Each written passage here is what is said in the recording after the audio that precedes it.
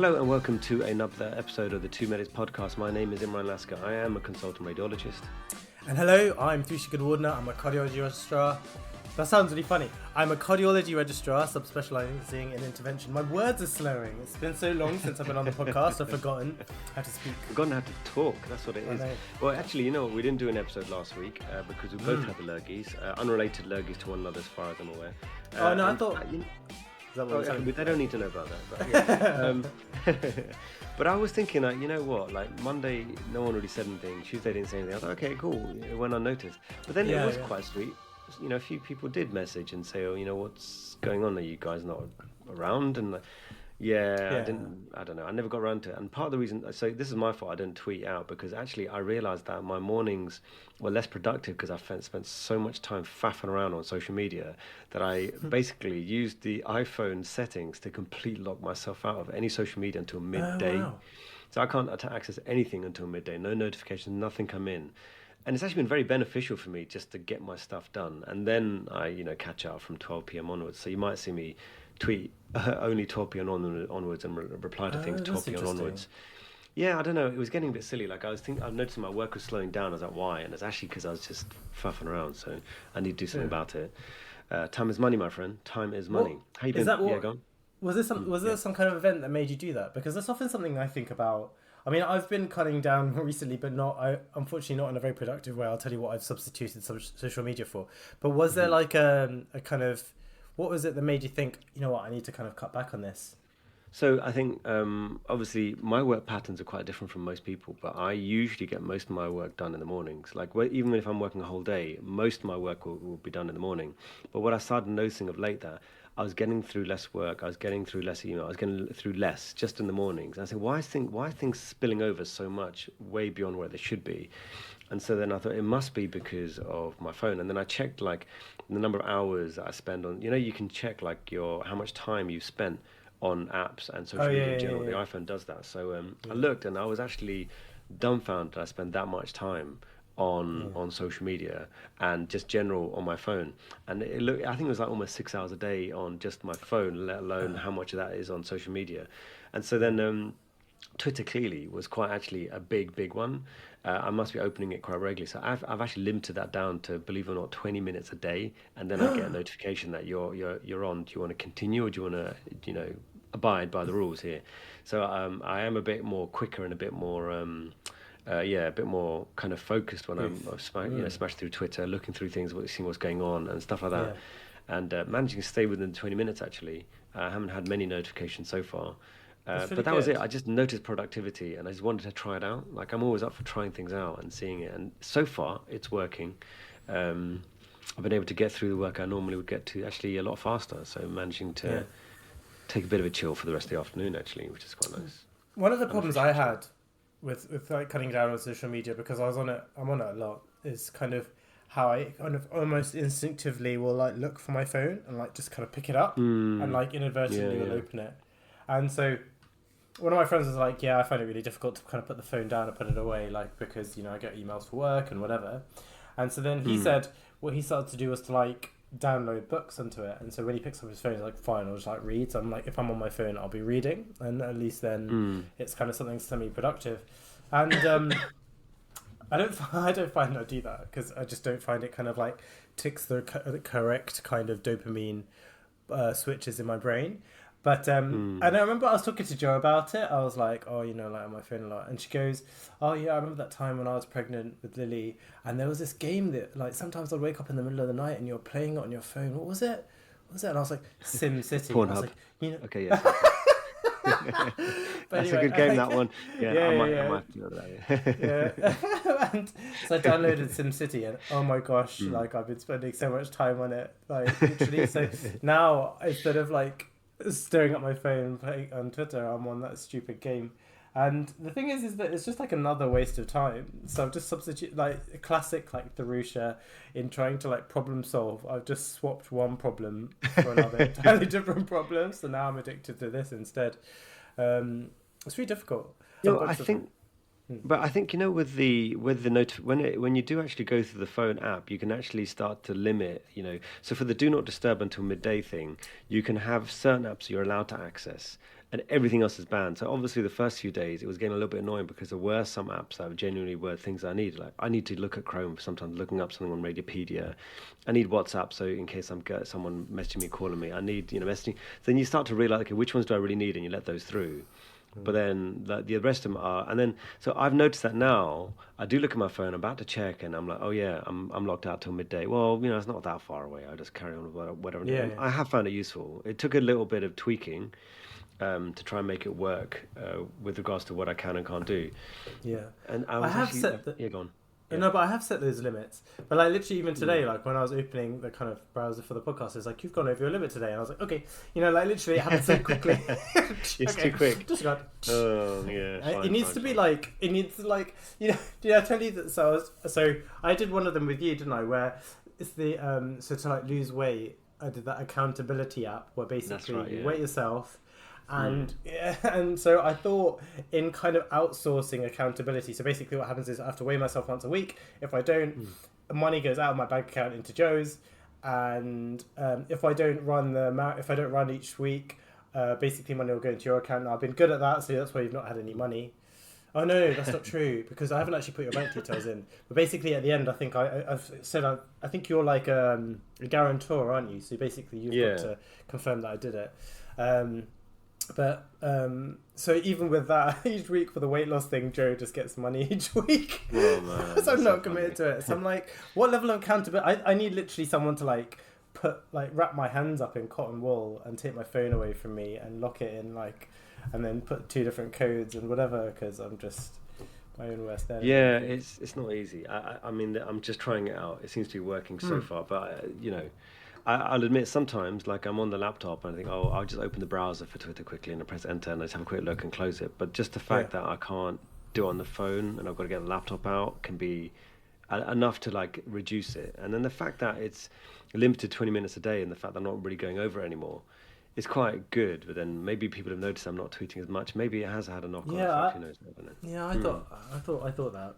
Speaking of someone who is making really, really good use of their time, I unfortunately for it. came across this tweet from someone called Simi, at Simimpam, and basically she's a 28-year-old junior doctor, but she's also a prop for the Bristol Bears rugby team. Okay. So she plays Premier League level rugby, and she's a doctor.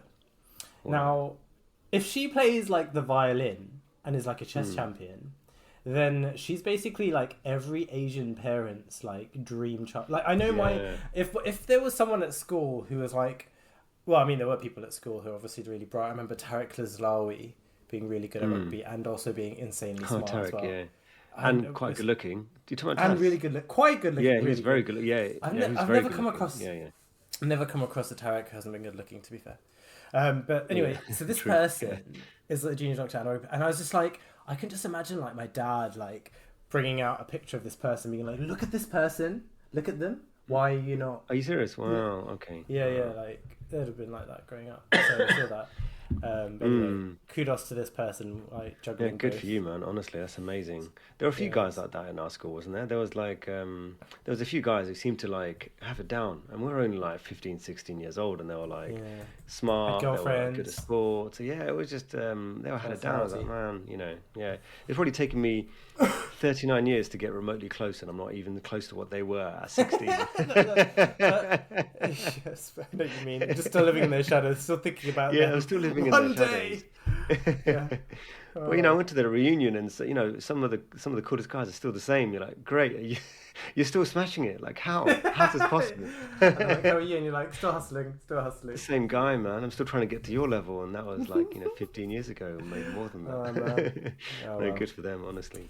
Speaking of There was a levels, tweet you want to talk about, I levels. did. Yeah, so this is It's about you really want levels. to talk about this one. Yeah, go Yeah, for it. because You I thought start, and then we'll talk about as it. soon as I saw it, I was like, I literally was like, this has got to go in because I want to know what Imran thinks. So basically, so there's a tweet from Chloe Sargent, and she goes, I don't want to give the caption because I feel like it will encourage people to judge and whatever. So so there's a tweet. And it's in Sydney, and it's someone who's kind of asking for advice. And it goes, seeking advice. I am currently the head tenant, pause for effect, of a 5-bedroom house in the inner west. I sublet to 4 others and have done so for 2 years. The lease is coming up for renewal and the other tenants wish to all sign on. The issue is I've not been very transparent about the relative rental contributions, and my rent is actually entirely covered by them. How do I go about navigating this situation? Now, I must admit, when I read this, I was aghast. I was angry. I was ready to throw chairs. And the comment is the caption that Chloe Sargent used is quite funny, which is, this is what happens when someone has a landlord personality, but was born in a generation that was locked out of the housing market. And I do kind of wonder about kind of like Tories within our generation and how they kind of reconcile themselves with the fact that there isn't the kind of generational wealth. Like the people who would have otherwise been Tories, like, where are they? Like, how are they coping with millennial life without the kind of means to Tory it over other people? But you were saying that this is actually a very common phenomenon. Head tenants. It is. Yeah, it is. I mean, as far as I'm aware, my dad does some property stuff, and it's very common, from what I understand, that people who rent they sublet. So they sublet, and so what can happen is that some people have become very, very wealthy by subletting properties, but then I think some people do it on the sly, and I think some people will actually say to the landlord, like, "I will be subletting this out. Is that okay?" And I think with my dad, there is a particular property where there's like a whole load of there's a whole load of people living in there, and I think they are subletting. My dad doesn't really care. He's like, yeah, fine, whatever. And so, actually, I'll tell you, like, once we had to go pick up rent, and so this is kind of one of those things, like, I don't really get involved in any of his business at all on any level, and not because of any personal grievance with it. It's just like, you do you and I do me, and, sometimes me in the middle. And so, I think I had to go pick up some rent with my mum, yeah, and we went to this houses, and we walked in, and it was stank of smoke. Like, everyone was smoking in there, but there was like these probably like 15, 20 big Eastern European guys walking around, and we sat down at the table, and they're trying to be hospitable, but some of them didn't really speak English, and they tried to give me a beer, and then looked at my mum who's wearing a hijab, and they're, oh, sorry, and they kind of pulled it away, and they gave us some like cheese and tomato on the table, and we just sitting around. I'm like, Mum, why are we sitting on this table? And she goes, oh, they're going to bring the rent. I was like, what do you mean? Why can't they just give it to us? And then it turned out like that the head tenant, let's say quotation mark, was walking around to every single room and picking up wads of cash. Oh, really? And then and then he sat down, and then he literally put this massive wad of cash on the middle of the table, and it felt like I was on some sort of like deal going on about surrounded by all these people smoking everywhere, and all this like food in the middle, and shoving all across his cash. And then my mum goes, count it. Sorry? Oh my God, like a gangster. Yeah, and she goes, you have to count it. And I was like, oh God, oh God. And then I was like literally counting each one. They're all watching me, and I'm and my hands like shaking. Yeah, it was really scary. But then what was funny is that some of them were scared of my mum. Because as in some of them walked in, they kind of, oh, and then the head tenant guy was like, sorry, no, it's fine, this is the landlord. And they went, oh, okay. And then they kind of calmed down, and it's like, what, you're scared of a headscarf? All right, mate, relax. I mean, look at the size of you. But it was, I have had this experience, and I know of this being a thing, and some people do very, very, very well from it. Now, obviously, I know there's a moral thing. Like, it sounds like this person's probably not been entirely open with their subtenant people, so that's not very fair, is it? The thing that cracks me up is that they call themselves head tenant, which has kind of got the whole like hall monitor kind of vibe. Like, I'm the head prefect, self-appointed, or like the kind of. Yes and no, because some people don't want to have paperwork. They don't want to be dealing with paperwork. So it's easier for them to just pay up in cash, live somewhere, and have you deal with the paperwork. And that's why they don't mind paying more, because they'd rather have you. And there could be all sorts of reasons, which I won't go into as far as I'm aware, like that, as to why someone doesn't want paperwork, who doesn't want to be registered at a particular address, but living at a particular address under someone else's name.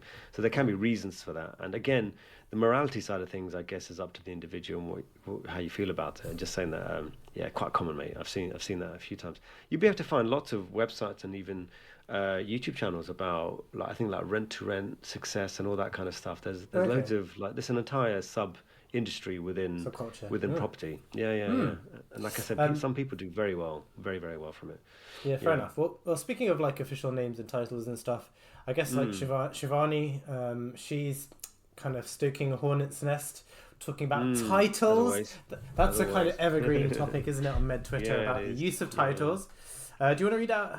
Do you see her tweet? Shivani was talking about so being basically she's talking about being emailed by sort of junior colleagues and having so obviously she's a doctor but they've basically removed doctor and they've written dear Miss Misra, she goes, I know it's harmless but it happens a lot, so I now email back, explain the concept of detitling and decredentialing and how it affects women doctors. Very politely, of course. I hope they don't mind. And I do think it's an important thing, isn't it? And probably should be called out because it's these subconscious biases that people have that can actually quite significantly affect people, can't it? And that kind of almost relates to, and I hope you don't mind me going on to one of the racist tweets. Oh, did we not have it? I think we had on our maybe our personal WhatsApp message, but there was the FA. Didn't that have something coming up, Theresa, where Oh the yeah. Did you this read was it? Did you see this the guy. I comments? did, of course. Yeah, yeah, incredible. Mate. And I think Fireboard tweeted about it. So Yem's racial abuse revealed. FA panel ex Crawley boss is not a conscious racist, right? So, and some of the comments are just unbelievable. Like, describe Muslim members of the squad as terrorists. Deliberately mispronounce second half of Arnold Schwarzenegger's name to emphasize the N word. Use the racial stereotype to a black player of African origin by asking if he liked jerk chicken. This is like a bad joke, isn't it, as you read through it? Told Muslim players, you people blow up stuff with vests. Said the Iraqi youth international team at the club would probably blow up the stadium. Repeatedly made comments about another player carrying a bomb in his bag. Called one player curry muncher and asked if the player was unhappy they did not serve curry pizza. Made a remark to one player about how dark his skin is on his return to Crawley after representing Granada. And so, but then he's not a conscious racist, so Yeah. it's okay. Well, yeah. There's two things I want to bring up there because I was going to bring you up on the fact the unconscious thing. But firstly, though, he might be onto something with curry pizza. That does sound delicious. It does sound good, yeah. That does. I mean, that sounds really good. Some like, sometimes these guys do come out with some decent stuff, isn't it? Yeah. yeah. But I was seeing. I think it was Dr. Ruby who was talking about kind of conscious bias and how unconscious bias, and it's just like nonsense. I've seen it mentioned a few times, and trying to understand really what people are trying to say when they say that there's unconscious bias. And I think it's been pointed out many times that using the term unconscious bias is almost like a smokescreen to just make people, it kind of almost lets people off the hook from essentially using racist or inappropriate, discriminatory behavior towards other people, and then they just throw it, and then they just say, oh, it's an unconscious bias, and it basically just lets them off the hook. It's an excuse, and it just means that they don't, and I think it's a way of them not reflecting on their behavior at all, and then just put it, it's unconscious. Like, what does that even really mean? Like, what does it like? Oh yeah, I see what you mean. I don't But I know, think like it's when I use that phrase, I was saying that like I think I know personally, and I don't know about yourself, but I know that personally, there have been times when I've been thinking or saying things and not realizing that that's not the right thing or thing to think or say, and then I would put that down as an unconscious bias, not as an excuse, but identify and then do something about it. that's Do you my know what I mean? point Like, though. So say if yeah, I called you you go out, on. say if you said something that was kind of hurtful, and I said to you that was hurtful, then you're not going to be like, oh, that was my unconscious bias. Like, No, you'd probably exactly. be I like, say, look, I'm I'm sorry, sorry, that I was did not hurtful. realize. Yeah, and I need That's to my think about point. that, right? But then But the like, reason it happened because I wasn't conscious of it. Because if I was conscious of it, I wouldn't, you wouldn't do that. It's not, you don't sure. want to upset people. But the point is, and I think the point that's lost is, and what tends to happen in these scenarios is that the language gets weaponized. And so that explanation, because that's about intention and effect, isn't it? But essentially what happens is they get to focus perhaps on what they think is their intention, or at least they imply it's their intention wasn't to do harm. And therefore it almost is used as an excuse to disregard the effect of their behavior. And so the point is, it doesn't in reality, if you've hurt someone and you want to apologize for it, your intention shouldn't really form part of the apology. And that's, I mean, I think we're in agreement here anyway, because we're talking about this person where it's described as unconscious bias, as an unconscious bias, as a way of somehow excusing that stuff, which is obviously just racist, isn't it? It's not.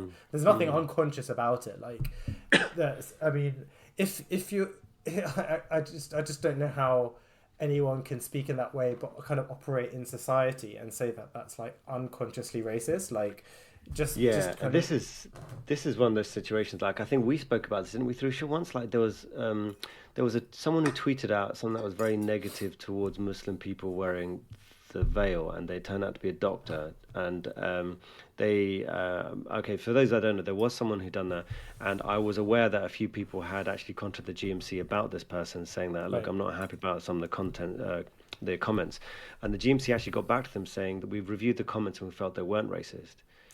And you sort of said that, well, hang on, I'm the Muslim person who had highlighted it was the one saying it's racist. So who are you to say that it's not racist?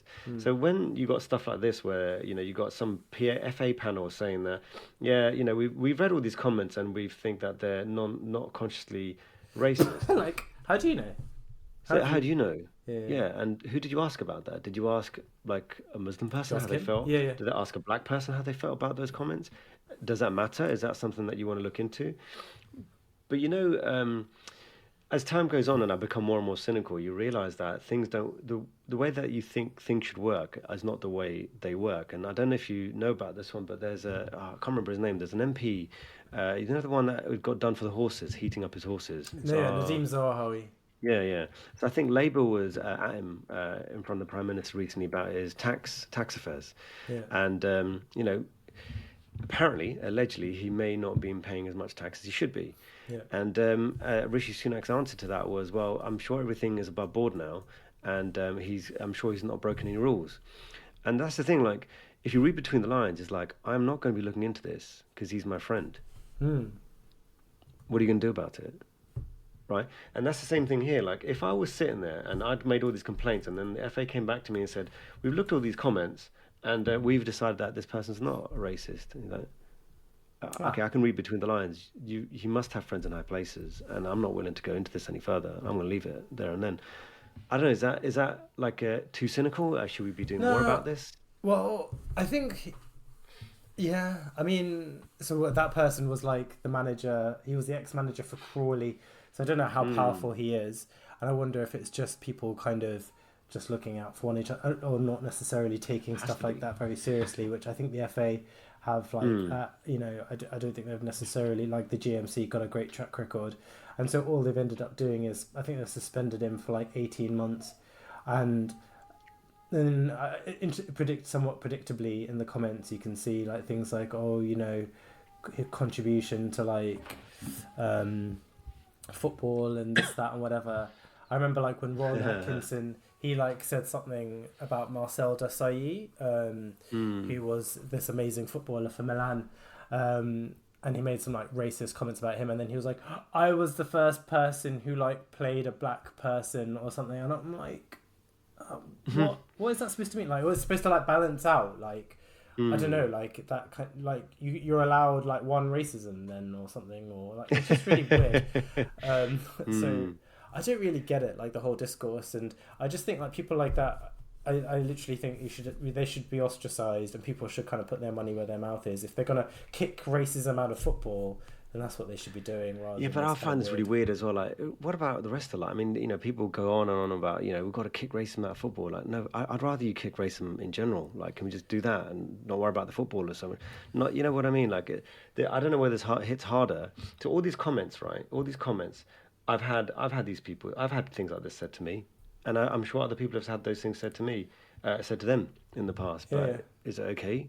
Is it? No, absolutely not. Football, that's the issue. No, true. I think, but it has to start somewhere, and it has to be, and it should be everywhere. Well, so, like, if you're not just start at like work, please. Yeah, it can start there too. I think, but the point is that I mean, like saying like, oh, why don't they do it everywhere else? Well, they should be doing it everywhere else. And if you bring up that other situation, then I'd say the same thing. But like, I think the problem with football. I mean, yeah, you're right. Like, is it like a true cultural medium? Like, but I think that, I guess the other issue is that children consume it, maybe. So maybe like should we be setting them like an example in that way? But then also, you're right. Like politicians like Suella Braverman and stuff kind of compare kind of migrants to being like an infestation, and then, like she's saying like weird stuff, which kind of implies that kind of immigrants are like vermin or something, and it's really just horrible rhetoric. And but they don't seem to be called out on it in a way that. Did you see there was this? There was a Jewish lady who was saying literally the rhetoric that you're using just kind of remind like kind of my family was survivors from the Holocaust, and the kind of language that you use towards refugees is very hurtful. And she was like, I won't apologize for the language I use. It was and social media was like, whoa, like come on mate, just show some humility. But she just absolutely wouldn't back down from it. So I guess you're right, like I get all houses in order, they certainly aren't. Yeah, I guess maybe because I'm not a particular fan of football, and I always find it a bit of a strange sort of almost micro, like because when you look at football, it's like it's not even a representation of anything. Because say, oh yeah, but it reflects the sun. No, it doesn't, because these kids are so they don't go to they live completely different lives.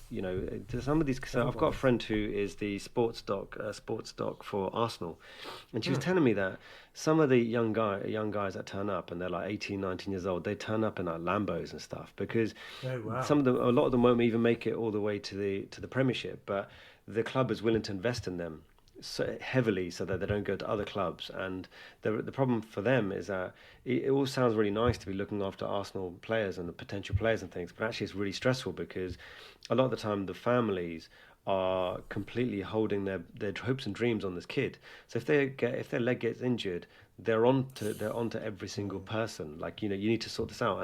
And I have actually seen this on a personal level, where I inadvertently may have reported some footballer, and then straight away so having like the dad finding me on social media channels and demanding that they speak to me straight away, and I had to go back to the scanning center. Look, this is what's going on.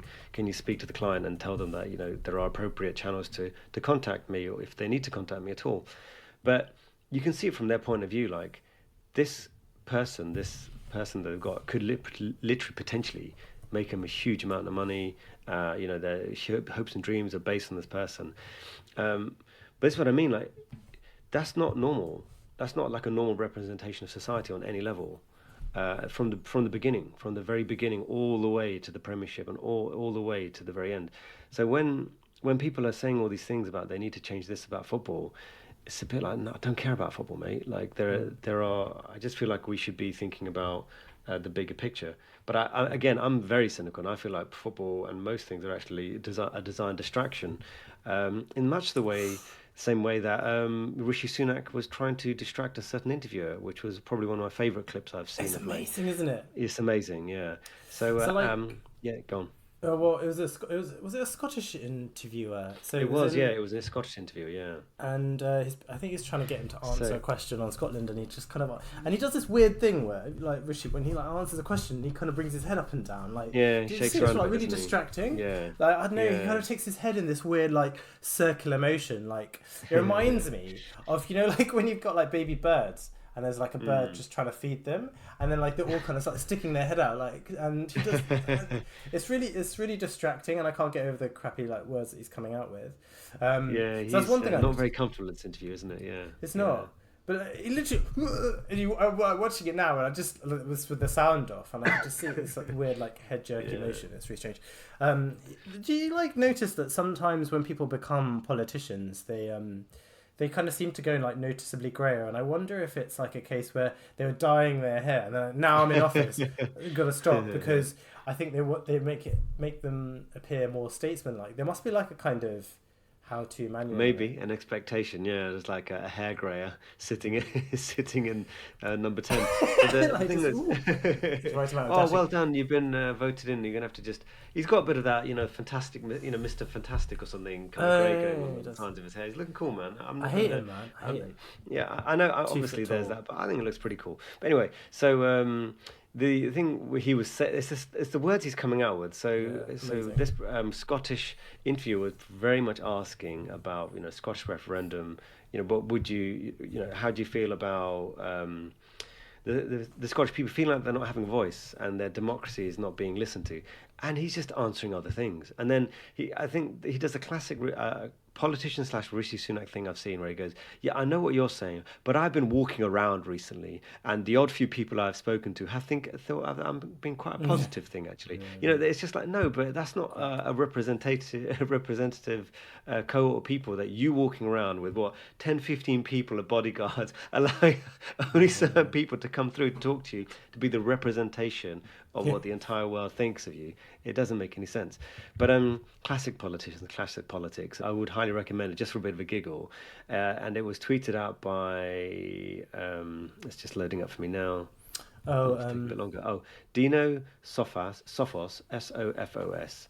yeah. And that was done on January the 14th, 2023. And it is a bit of a giggle just because It is Rishi because Sunak does not do a good job of no, avoiding that question. it's kind of refreshing to see someone literally just call them out and not answering the question. It's like, no, and like just kind of giving this and I know I've said it before actually, about how it just like really annoys me because simply put, like it's just, I mean, they're not even having like a conversation with people. And I know that we've all met people like that, right? Who kind of are simply in a conversation waiting for their turn to speak. But it's just next level, like it's just really weird because for anyone concerned, like you're like, what is the point of having an interview? Why not just, I mean, they do, have you seen like the recent proliferation of their kind of public broadcasting kind of videos? It remind me of like V for Vendetta. Like there was one from Jeremy Hunt where he had the coffee cups. Did you see that? I haven't seen that. No, I'll have to look for it. No, go for it. So he basically goes and orders a coffee. He doesn't pay for the coffee, which is like classic Tory behaviour. And then like somebody's written like the price. So he's kind of going, the cost of a cup of coffee has gone up. And somebody's like written on it, but someone with terrible handwriting, possibly his own, where the numbers are kind of like off center, and you know all of these things I'm like watching, and they're slowly just making me I mean, it's not enough that Jeremy Hunt is making me angry just seeing his face and just like the annoying way in which because he's just like, he's got a really annoying face. I don't know why he ever thought that he could be prime minister. He's just got such a ridiculous face. Nobody would ever vote for him. But anyway, so look, people have become prime ministers. Like, I mean, the people that have become prime ministers, you never think would become prime ministers, don't you think? Of late, like I mean, like David Cameron. I couldn't believe anyone. Really think. But he was literally like the default guy. They're like, okay, so who's like literally, and everyone looks, and then they all look down. They saw like Rishi saying like me, and then he like came in. But like literally, that was after they're like, is there anyone else? And Rishi said like me, and so then they picked him. But up until then, a donkey, it's that donkey from Shrek. Yeah, exactly. Me. Literally, they even picked Liz Truss before him. I mean, what does that say? Yeah, exactly. I mean, But, who thought that was a good idea? But I've lost my train of thought. One look at it, and there was no intelligent thought behind those eyes. Like, you, please, you instead of Rishi Sunak. Yeah, exactly. But what about this Wes Streeting? Is he not Labour, the saviour of everything? You know, Labour's meant to be, a lot of people, and good friends as well, are meant to be the antidote for all that's going on. But are they? I think the thing is, like this being real, like, so I was like a Labour supporter. I'm no longer been a supporter for a little while now, because I think there's like lots of there's like those documentaries, the Labour Files and stuff, and there's just lots of weird stuff going on. And I saw a tweet, I think it's from Primavada Gopala. She's like an academic at Cambridge, and she basically was talking about how just because you're not in favour, like say for example, if you voted for Labour or Lib Dems or the Tories or whatever, just because you support a particular side or at least kind of have a particular leaning, doesn't mean you have to follow them with what she described as unqualified adoration. Essentially, like you can't and I think that's an issue. Like I think certainly the right, or like people who are conservative, and I mean conservative not necessarily just UK politics wise, but I mean in a kind of way that they vote, they seem to like be much happier kind of compromising on things that they might think are unsightly, because they are more kind of goal oriented, and so they're like, well, you know, I want like abortion to be illegal or whatever, and therefore they're willing to compromise on, I don't know, people owning guns or whatever in the States or whatever, and they're much more happy to kind of go along with people who might necessarily be unseemly because they're like, well, it's a means to an end. Whereas I think certainly people who are a bit more liberal are much less compromising. I think completely understandably, and I think one of the issues. So I think I'm definitely not a Tory. But I'm definitely not happy with like the direction that Labour have gone in. And Wes Streeting, to me, just comes across as a complete career politician. And of course, there are lots of people who are career politicians or whatever. But like his behaviour and the way that he kind of has talked about stuff, I just I just have like absolutely no faith in this man either. I So I think think like no with West Streeting, I think that I think he probably so it's the same thing with yeah we will get sued. We haven't been sued so far, so I think we're okay. So Malhotra, right? So his agenda really is to go anti-vaccine, and he knows that there is a significant number of he may or may not know this, or may have noticed that there's a significant number or a significant proportion of the population that are going to be anti-vaccine. So regardless of any proof or anything behind it, if he just says I'm anti-vaccine, he will most likely have a voice and be amplified quite a lot. So I think the same thing is for the medical profession in that there is a significant cohort of the population who just don't like the medical profession and in particular don't like doctors. And doctors are the problem. And they've always been the problem based on their own experiences, what they've seen, what they've read, and the kind of media they're taking in. So they're looking for some those kind of individuals are already looking for someone and will already side with someone that's going to have an anti-doctor rhetoric. And I think Wes Streeting is the kind of person that's tap probably into that. yeah, he's tapping into that marvelously, because the way he'll talk about doctors as though they're privileged, he'll come across as though they're the ones that are causing all the issues with the NHS, and they're, I'm going to take on the BMA because they're the ones that, I look at what's going on now with all the strikes and stuff. Do you remember there's that meme? I think it's that character from Simpsons. It's the principal, Yeah, it's not me Skinner. that's Yeah, wrong. It's the kids that yeah, are. it's not me that's wrong. So can you imagine, like, let's say that particular meme, you got Skinner being the Tories right now, and you've got ambulance strikes, you've got nurse strikes, you've got doctor strikes, you've got all these strikes going around them, and you think, and they're literally trying to sit there and think that, oh, maybe they think, am I the problem? No. Everyone else is the That's the problem. problem. Every Yeah. single public sector worker is the problem, and not me. I'm trying to do the right thing. They're the ones doing the wrong thing by going on this stuff.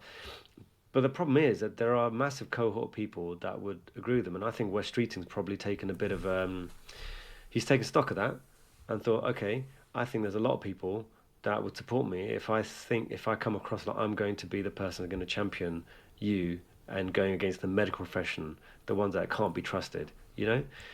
I think he's calculated, and I think that's probably why he's there to sort of bring in that vote. What do you think about that? So, like, one of the Labour things that was talked about quite a lot in the last week was they were suggesting that people should be able to self-refer for conditions to like specialists. So I saw like Selva Yeah, tweeted about it. yeah, I And saw that. Yeah, go on. Yeah, do you have a take on that? I Well, no, do like have a in take on private that. work, isn't it? So okay, so private work I think is a very interesting place, and what I will say about that is that I know a lot of people don't like the idea of people walking in and getting any sort of healthcare, getting screening and all that kind of thing. The only thing I'd maybe question is healthcare only for the ill? Like, do you have to be ill to have any sort of healthcare? Like, is that what you think? So only sick people should have a scan, only sick people, and no one else should have a scan. That's the way it should be, and I'm not sure whether that is entirely correct. I think we may get to a point where scanning and all that kind of stuff would be so cheap that you could walk in and get a scan and at least know that things are okay. And oftentimes you're not always treating like physical ailments. You're treating sort of people's worries and things like that. You see it all the time.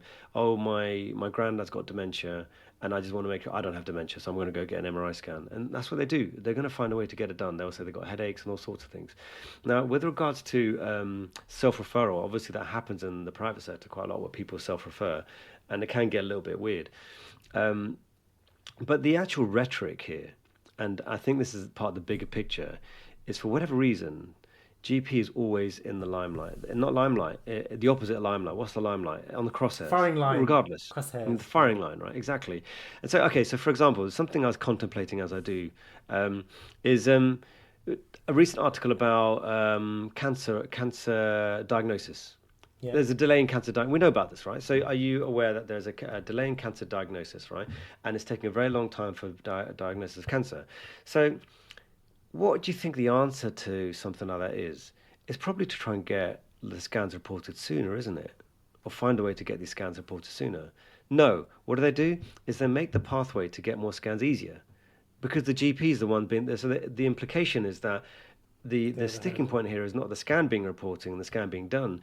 It's actually the GP and their pathway. So what they're going to do is make it easier for people to go get full body scans, to look for CT scans and get reports back. Mate, you don't even have the radiologist to deal with it and the scanners to deal with the current backlog. But it's amazing, isn't it? The problem is over here, but it becomes a GP problem again. And I find that with a lot of things, like anything becomes a GP problem. So when they're talking about, oh, we're going to introduce self-referring, what you're actually trying to do is bypass GPs because your implication is that GP is the problem. They're the yeah. issue. They're the people that you need to hate. That's why you're not getting your healthcare. Absolutely, and I think that's why people are objecting to it so much. And then there are people, but then I think you kind of, you did get the somewhat predictable responses from some people who were saying things along the lines of, oh, we need to kind of, at this time we need to get the Tories out, blah blah blah, and not really kind of like just kind of, and I think the thing that kind of really rubbed people, brought people together in some ways was that people recognized quite easily that this was like an anti-GP thing. I mean, and it's just interesting because I thought it was because there was a parallel with private care, isn't it? Because that's what people do in the private sector. And so, I mean, almost the next step of that would be, well, there is a model in place whereby, you don't necessarily have to have a referral from a GP to access private services. And therefore, it's almost the next step in that. Whereas, just extending your kind of logic, the actual issue is that if there were more GPs and there were more scans available and there were more specialists available to see the people after their scans, then this wouldn't even be a conversation. But rather than addressing the simple fact of supply and demand, they're just kind of dicking around with demand in a funny way, which just seems really weird. I don't know. I find it really frustrating, really, because it kind of, the implication is that I don't know why it's kind of become that way, that putting more money into it no longer seems to be like an issue. Like it's just like an accepted thing now. Oh, there is no money, and therefore, and so everything else is because there's no money. Like there's no money. Like what? Like where is that? Like I just find that I feel like that's not really challenged enough. We've just accepted that there's no money. Like what? Why? Why are you believing them? Like you saw like during COVID, like how much money was poured into all these kind of different things, like the Nightingale hospitals and all that stuff, which was just complete. And those are all kind of contracted out to like tourists. Like money it was there. It's there. Just why are you believing all that stuff? But instead, we're just kind of like fighting amongst ourselves about these like ridiculous little topics and stuff. It's really annoying. Yeah, healthcare's not sexy, man. That's why. If it was a football, then maybe people would care. Anyway, so I mean, there was another tweet actually with similar kind of vibe, and I think someone called Hamza. It said he was busy on AEMU today, short-staffed and very unwell. Patients have had complex needs, no lunch, just a hot drink. Told by infection control not allowed to drink at a desk. Explained the situation. Manager not having it. Nurse takes my drink away and leaves it at the hydration station. On the opposite end of the ward, informed consultant about the issues, their response being take 10 minutes break and there will always be patients. Couldn't be more disconnect between management, senior support and juniors. Honestly, just take 10 minutes. And then, like, whilst you're away for that 10 minutes, you're getting calls being like, oh, this TTO needs to be done, this TTO needs to be done. There was, like, with a colleague, I've saved it in my drafts because from a while ago, but essentially, like, one of the junior doctors was just being hassled. I get, like, literally, there's a discharge letter which had been escalated to the matron and then to the clinical director and then to like the medical director of the hospital. They're all like messaging this like poor junior doctor being like, why isn't this discharge letter been done? I'm like, all these people who are getting paid way more than this like poor junior doctor, and literally their role in this whole sequence, their role was just to kind of message incessantly this junior doctor who, in having to respond to those messages, is actually just being taken away from Harassed, isn't it? attending. Yeah, well, Yeah, it sounds like being and harassed as well. also it's like completely counterproductive because like that time that they're getting vexed about like dealing with responding to these people in a polite way, they probably could be getting on with tasks that would allow them to finish their letter more soon. But instead, like all this money that's paying those other people is just kind of is for that purpose of chasing this like poor junior doctor. It's just so ridiculous. I feel like It's everything's tough. wrong around. It's tough, and I think I think part of the problem is that people, especially, I mean, I don't know you, Hamza. You seem like, based on that one tweet, you seem like quite a nice guy. But what I say is that, have you ever noticed, like, let's say you got an exam coming up, right? And there's three of you sitting in the exam, and suddenly you notice that one of them's not around very much because they've managed to put all their annual leave in, or they've managed to somehow get sick leave or something. They've got swapped all their on calls already. Yeah, You end up having to take up all the work to try and cover for them. But they're the ones that win. yeah, They're the ones that win because they're the ones who basically looked after themselves, right? And then you'd think back to yourself that, but I did the right thing. I turned up, I covered their bits, I did whatever I could to make sure everything ran. But then you're the one that ends up failing and everyone gives you grief over it. Like, you're not yeah, good true. enough. Like, why can't you be more like that person? And Mm. so in these situations, like, although, the senior saying take 10 minutes, I would probably say the same thing, but take a selfish 10 minutes. You know what I mean? Like, just, like if you're now, I mean, obviously when I was a junior, I would find it very difficult. But now, if I was to get, phone calls and stuff, when I'm not at work and stuff, I just switch the phone off. Or if they give me grief, I wouldn't answer it. And it's sorry, I was busy. You know what I mean? You just come out with this stuff because it may or may not be true, but you got to look after yourself because if something goes wrong, then they're not going to look after you. And Yeah. I I just just find that sometimes being the nice guy is not all that beneficial to anyone, not I just just yourself, Yeah, right? but I don't feel like they have that level of security, like as a particularly junior doctor, to feel like when they say that they're going to be backed. As a No, I consultant, agree you with can you. say I it, agree with you. But and there will be no, I know that. But I'm saying that there were people in my cohort who were the same level as me that were they do that. pulling that off, Yeah, who were yeah, fair pulling that enough. off. And now I look I back and do. thinking, maybe there's a lesson there. I should have Yeah, been a yeah, bit true. more And careful nothing about happened to myself them. and my time. Yeah, I Exactly, stand and your they got ground. Nothing through, and happened. some of them went through and did very, very well, and some of them got very amazing careers, having been completely selfish all the way through Mm. their training. And I'm not saying, and this is what I meant, like, when I said Hamza seemed, this person seems a nice guy, and all the people that end up in this situation seem to be the nice people. But you just wonder, like, maybe there is something to learn from the. I'm not saying going to the full extreme of, like, completely messing over your colleagues, but if you need to take 10 minutes, even if the place is on the way Falling out, apart. like Mm. take a 10 minutes. Just Yeah, be selfish because you have to look another. after yourself because no one else will. That's what I've It's noticed. true. No one else will. Another thing about that scenario is Yeah. the fact that they kind of took the water bottle off him, and I kind of like Oh wonder, no, like picturing no. that, like how that actually happened, and if you're like, no, this is like water bottle, Yeah, exactly. I said like what? when I read it, I thought that could be it could be a little bit of a Comical. TikTok sketch, couldn't it? There's just Yeah, the way yeah, that yeah. someone has taken Hydration station. water bottle, just staring at you as they put it away to the hydration station, which is I know, literally and did one you step see? away. Is that no? There's a picture of the hydration station, and it was like a confidential waste bin on top of that. Amazing. So NHS, isn't it? It's just so brilliantly NHS. God. Actually, I think I've got a really good NHS, a very, very NHS thing that came up on one of the groups I'm in.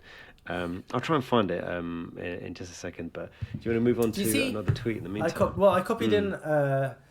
a picture I came across on Junior Doctors Reddit, which was this is an English speaking zone only. Did you see that? Oh, yeah. I got the Well, usual I haven't replies seen that, here. but yeah. Wonderful. What was The the usual usual replies? replies, Oh no, but if like, you're in this country, you've got to be, context. you've No, got to no, abide. they didn't say that. Oh, some people Oh, do say that. But you get to be like, oh, the context. Like, what if the surgeon nicked the aorta and then they spoke in their own language? Like, what has happened? So the surgeon went, oh, like, and just say something in their own language, like, oh, I've nicked the aorta. This patient's gonna die. And, you just forget to like revert to English. Is that what's gonna happen? Like, is that how like different languages work? Like, you just it becomes slightly conspiratorial. Like, I've nicked the aorta. But let's keep this between us, so nobody notices. Like, what are these people here saying this stuff? Like, coming to my replies with that kind of stuff. I'm a bit like, have you really read what he's like what you said, and I kind of like find it really weird because I feel like I have to be like, I'm sorry, but like your response doesn't make any sense. Do you want to try again? Like I want to come back just because I want them to come to the same conclusion as me and help them through it, but they just kind of ask more questions that don't seem to really make any sense. And like, yeah, but we're talking about real life. Like, so in real life, is that what's going to happen? Is that how you imagine things happen? Because that's not like real life. Is it like real life to you? Like where is the real life that you're seeing occurring? I just couldn't. But that was an annoying It's thing. bizarre, isn't it? I think some people just have a beam in their bonnet that not everyone's speaking the same language around here. Yeah. It's not even like I'm God. in my own country anymore. Country. All right, I look around yeah, and I keep seeing all these colourful clothes and smelling these delightful aromas of amazing seasoned food, and it upsets me so much. Honestly, I've told you my potato argument. Remember, that's how the British Empire, they were just sitting of eating potatoes. They just sitting there eating potatoes, and if someone goes, "Look, I'm sick of eating potatoes. Yeah, we need to go somewhere else," and they turn up to Bangladesh. They've got mangoes, jackfruit, Rice. starfruit, rice, Rice. and they're like, "Yeah, this is ours." I And can't believe I you're a can just Bengali imagine the person Bangladeshis and you sitting there mentioned... like, yeah. And then, mate, the other day, I had a Bengali friend of mine, yeah, and he goes to me, "Hey, Imran, what's your favorite fish?" And I thought, "What do you mean, like cod?" And he went, "Sorry?" I went, That's the "Cod. whitest Yeah, I like answer cods." ever. And he was disgusted. Yeah, He was that's actually disgusted. disgusting. That's And you call disgusting. yourself a Bangladeshi? I was like, Yeah. what do you mean? He goes, "No, bro. I mean, when I ask you what kind of fish, I mean, what kind of fish?" And I was like, Yeah, I fucking don't know what cod. you're talking about, bro. Cod is Like, like the and he was like, "No, I blandest. get you." Could, fish say cod is like the potato of like what is the answer? But you started with mangoes. I thought as a Bengali you'd start with rice first. I thought like isn't it like the Yeah. whole thing, the whole stereotype, isn't it? That Bengalis just like Yeah, love but look, rice if like you're going nothing. from a potato, yeah, and then you go to rice, I'm gonna be like, "Oh, that's amazing. Oh, this rice is so amazing. I'm gonna take over the entire globe and I'm gonna, enslave your people." No, it's gonna be something a bit more impressive than rice. It's Mango, gonna be, these guys have got mangoes. I've never had yeah, these kind of mangoes mangoes before. I need to enslave these people. That's what needs to happen right now. I'm, for the obviously, I'm mangoes. Oh god. for the mangoes, yeah. Yeah. Um, there was this tweet, not a tweet, but I did receive this message in a group, and obviously I cannot verify how real this is, but I think it is. Let's just read it in terms of Okay. how peak NHS it is, and just appreciate for what it represents. So, memo: teaspoons to all wards. Metal teaspoons are to be used for the Trust Swallow screen and for when speech and language therapy have advised that patients have small amounts of food via teaspoon due to swallowing difficulties. Other spoons, such as dessert spoons, can be used for serving foods like yogurts, custard, or pudding. Wooden disposable teaspoons should be used for beverage preparation. In order to ensure that teams have these readily available, the patient food service teams will keep stock in the kitchens of teaspoons. We kindly ask that all spoons return straight after use for cleaning, and we'll conduct a weekly audit on Sunday in order to maintain stock levels and inform the clinical leads of loss of stock. The number of teaspoons available in this ward is, and they've got a little area to Oh write my down the number god! of teaspoons. Wow. Someone typed that out. Thank you, soft services team. Oh, nice. So Soft there's a few services things team. here. There's a soft Wow. services team, which maybe you could use for other purposes. But What? Hey, they I do need a the really soft important services job. team. Hey, Yeah, anyway, yeah, no, do a very don't important cuss. job. Yeah, But you've don't got cuss speech and language therapists. Some of the no, yeah, meanest exactly. people. No, I'm joking. But Yeah, patient food service team are involved. They're doing weekly audits of teaspoons. They've done a lot of work. I mean, how brilliant is that? I do hope that is yeah, true. it's, Something that I've been it said. just It's just again it brilliant. kind I of would shows like love the that. margins that we're kind of operating in. That people are making signs about like being careful about the use of spoons. And shouldn't turn our nose about it because like spoons are obviously a very precious commodity, but it just kind of makes you wonder, doesn't it? That kind of that's someone's time has been allocated to auditing the different types of spoons that are in circulation on a weekly basis. It It's just amazing the stuff that people, margins. as in, I know prior to the podcast, Rishi, you may have not noticed I look a bit sharper than usual. And I was Yeah, talking to yeah. you about how I went to the hairdresser and decided to get a trim. And they spent an extraordinary amount of time on my beard. I've never spent this much time on my beard. It was about a 40-minute job on getting my beard to the absolute point of like symmetry, and Follicle. I do look very plastic right now. I A do feel like follicular I level. Your don't look skin, quite the it same. makes your skin just pop. It's good. But my point is like it's amazing the detail that some people notice that you don't notice. So I'm the kind of person that walk in, use a teaspoon, and walk out.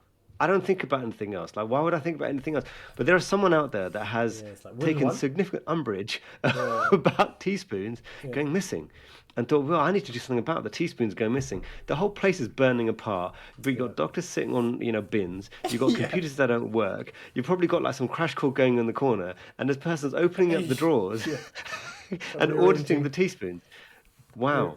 it's rearranging Wow. deck chairs Your in the attention to Titanic. detail Yeah. is phenomenal, and I do rate that. It's Yeah. amazing. Good for you, man. Well done. Yeah. Get those deck chairs in Um, order. Well, we're coming up yeah, to go on. time. Shall we do the Yes. fest Yeah. holes? Vessel. I've Yeah. been looking Yeah. forward to this. Shall I do Okay. my So one first? Because unfortunately, you for do your some one first. for some cruel twist of fate, my one's much kind of more sedate than yours. And it goes, sometimes when my wife finishes a book, I pretend I'm going to read it next, so I don't have to sit and listen to her tell me about it. No, that's quite cunning. That's a master stroke. That's quite nice. It's Yeah, not so bad. go on Okay, then. so mine, which is a lot more wholesome, clearly, is as a teen, I'd let my dog lick up the mess after wanking. Every time he went to the vet, I was terrified they would diagnose him with some ailment that could only be caused by ingesting semen. Okay. That's so, I thought that was so good for you in just so many different ways. The other day, I was, okay, let's just say I was in Hampstead Garden suburbs because I happen to frequent that place on occasion. And I was Okay. walking along, and this person had their dog, and it was a phenomenal looking dog. But it started coming a bit too close to me, and I tried to kind of take a step back as they're walking towards me, thinking, I'd try and be polite. And I don't think the owner really cared, and Right. the dog kept coming closer and closer. And I'm like, look, I need that dog to stay away from me, and I'm getting a little bit like, not Stressed. everyone likes dogs, and I don't want that dog to touch me. And then it got really close, and I literally went, She went and nuts. the woman's face, she just looked at me like, what? And I think she was disgusted at my disgust, Oh and wow. I think I offended her. Yeah, I think I offended her. I think you should Anyway, probably, if you come from the angle, because otherwise you're gonna, because it's a nation of like dog-loving people. I think if you say to people, I'm terrified of dogs, that might work. Although you'll get some people like, oh, yeah, but they're very I'll be gentle. lying. Yeah. Yeah, I'll be lying though. I You ain't don't terrified. like. I just don't like them. Yeah, I don't want to lie, but it's true. I just don't like them. I Yeah, don't no, want but them that touching me. won't be enough to be like, I don't know. I feel like they'll be like, oh, but you might Yeah, I like know, this. I know. I As if you say immediately you're become a terrified, then they're monster more straight likely away. to. Yeah, all right, fair Yeah, enough. yeah, it's better to. Yeah, it's true. It's true. Is that what's that concept of like? Do you remember? I don't. Okay, allegedly, if you're in uni and you may be late for something, it's probably better not to turn up. It's just better Oh not to turn yeah, up. like going all in. Because if you turn up, yeah, if you turn up, then you've got to give an excuse, and no one's gonna believe your excuses anyway. So there's another one of those situations like, look, if you're gonna go for it, go full out. Say you've got some sort of phobia and move on. Maybe, but I don't have phobia. I just don't like dogs. In fact, I was actually sorry. I know I keep talking about. I went to someone's birthday the other day, Hmm. and someone I hadn't spoken to in a long time was there. And he seemed pretty happy, and I was like, "Hey, mate, you're right, man. You seem pretty good." And he's, "Yeah, I've been good. I just got a dog." And I thought, "Oh, here we go." And then he's like, "No, honestly, mate, it's changed my life." I was like, "Yeah, okay." Oh, And then he goes, and I said to him, "Listen, I'll be honest, with you, I don't really like dogs for that much." He goes, "Oh, really?" I said, and he looked kind of very sad. Like, yeah. "Oh, you don't?" And I was like, "No, I don't." He goes, "Let me show you a picture." I was like, "You don't know?" Okay, so Having your hand. See, that's it's what I like mean. thinking that he's gonna Yeah, turn bring me. your Then hand. I went. I kind of just shook my head. And no, Nah. it's all right. And he goes, okay. And he goes, but honestly, it's been so beneficial for me. It's been amazing. Oh, And he goes, I've been going through some personal things. And I oh, thought, I don't know what to say to you, bro. And then he was like, and this dog has completely changed. And he goes, I oh. prefer. And he goes, I think I finally understand why people would prefer dogs over human beings. Nice. And I was like, yeah, you lost me again. And I said, anyway, it's nice catching up with you, mate. Oh. And he walked off. I couldn't take it anymore. I couldn't take any more See, dog that's what I pictures. mean. So that's Whereas nice. if you'd have said, I'm terrified of them, he wouldn't have offered to show you a picture because he might have been like, I've got a yeah. phobia.